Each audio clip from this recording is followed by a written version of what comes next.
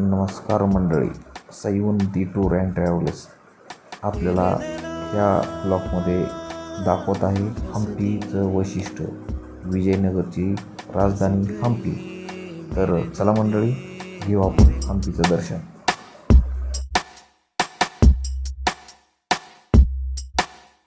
तेरे नैना हंस दिए, बस गए मेरे दिल में तेरे नैना.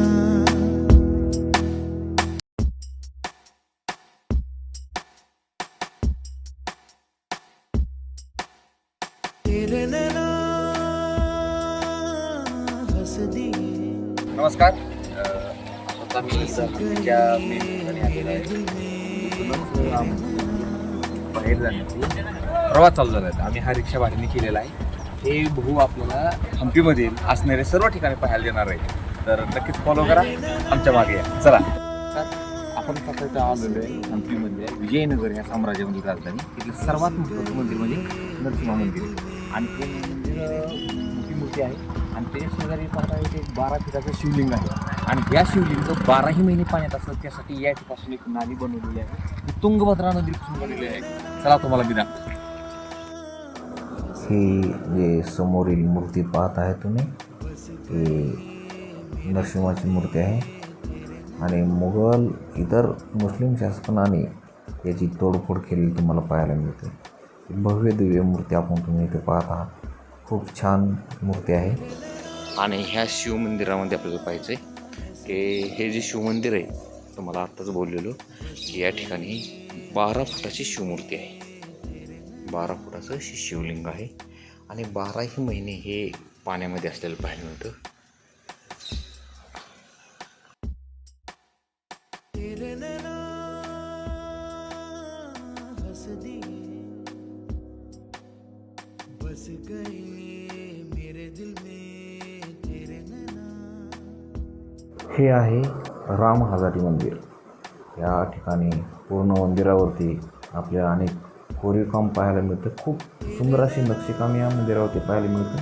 हे हेमाडपंथी पद्धतीचं मंदिर असून या मंदिरावरती संपूर्णपणे रामायण कोरलेलं पाहायला मिळत आहे. आपण आतमध्ये जाऊन पाहणार आहे. खूप छान सुंदर नक्षीकाम या मंदिरावरती आहे आणि ते पाहण्यासाठी पर्यटक या ठिकाणी खूप गर्दी करत असतात. मंदिराचे पूर्ण बांधकाम हे हेमाडपंथी शैलीतलं आहे आणि खूप छान प्रांगण आपल्याला या ठिकाणी पाहायला मिळतं. मंदिराचं वैभव खूप सुंदर आपल्याला असलेलं पाहायला मिळतं. बघा किती छान हजारी राम मंदिर आहे. यातल्या मूर्त्या पाहून आपल्याला पूर्णपणे रामायण जिवंत असलेलं पाहायला मिळतं. हे जे तुम्ही बघत आहात याच्यामध्ये पूर्णपणे रामायणाच्या कोरीव मूर्त्या पाहायला मिळतात. माझ्या पाठीमागं बघत आहेत, पूर्ण मंदिरावरती सुंदर असं नक्षीकाम केलेलं पाहायला मिळतं.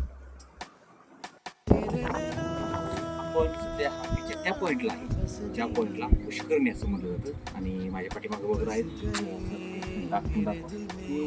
हे स्नान खूप महत्त्वाचं आहे. आणि तुम्हाला नाही दाखवतो या स्नानगृहामध्ये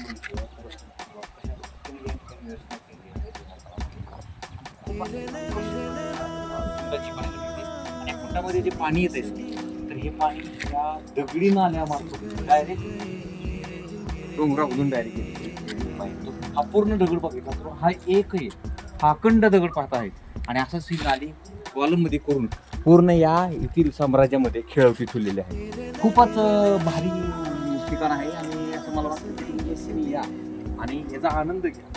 ही आपल्या पूर्वजांची धरोधर आहे. आपल्या पूर्वजांनी बनवलेली ही शैली आहे जी आपल्याला फक्त भारतामध्येच पाहायला मिळते. ಇಂದಿಗೂ ಜೀವಂತ ಶಿಲೆಯೊಳಗ ಸಂಗೀತ ಸ್ವರ ಸ್ವರದ ಏರಿಳಿದ ತುಂಗೆಯಲಿ ಶ್ರೀಮಂತ ಕಣ ಕಣ ಕಣ ಕರೆ ನೀಡಿದೆ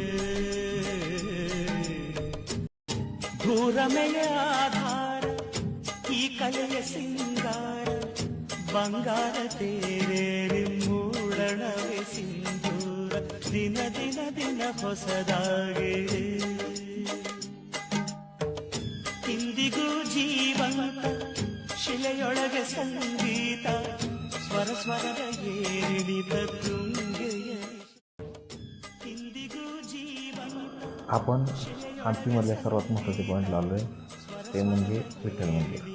आणि या मंदिराचं वैशिष्ट्य असं की ज्या पोलवर आपण आणू त्या पोलवरती आपल्याला विशेष असा आवाज पाहायला मिळतो. काही ठिकाणी मृदंग, काही ठिकाणी तबला, तसाही चला पाहायला.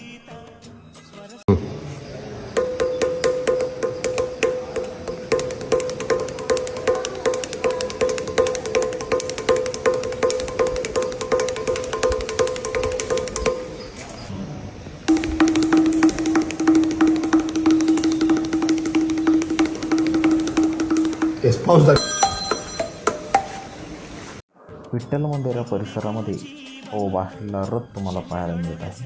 या रथ तुम्ही कुठं पाहिला आहे तर 50च्या नवीन नोटावरती या रथाचं पूर्णपणे चित्रण पाहायला मिळतं. आणि ह्या रथाचं चित्र आपल्याला त्या 50च्या नोटावर कसं पाहिजे मी तुम्हाला दाखवतो. हे बघा, ही आहे 50ची नोट आणि त्यावरती हे रथ आणि माझ्यासमोर असलेला हा रथ हे या ठिकाणचं वैशिष्ट्य आहे. हे विठ्ठल मंदिर परिसरामध्ये आहे. तुम्ही विठ्ठल मंदिर परिसर बघत आहात. खूप पर्यटक या ठिकाणी गर्दी करतात. असं वैभव या हंपी शहरामध्ये विठ्ठल मंदिराच्या परिसरामध्ये तुम्हाला पाहायला मिळतं. खूप वैभवशाली इमारत आहे आणि खूप छान असं कोरीव काम या विठ्ठल मंदिरामध्ये आपल्याला पाहायला मिळतं. हे आहे विरूपाक्ष मंदिर. मंदिराचा परिसर आणि आसपासची सुंदरता खूप छान आहे. मंदिराचं सगळ्यात महत्त्वाचं वैशिष्ट्य म्हणजे याच्या शिखराची सावली एका छिद्रातून पाहिल्यावर आपल्याला पूर्णपणे उलटी पाहायला मिळते. हे पहा, हे छिद्र आहे आणि याची सावली समोरच्या भिंतीवर आपल्याला उलटी असलेली पाहायला मिळते.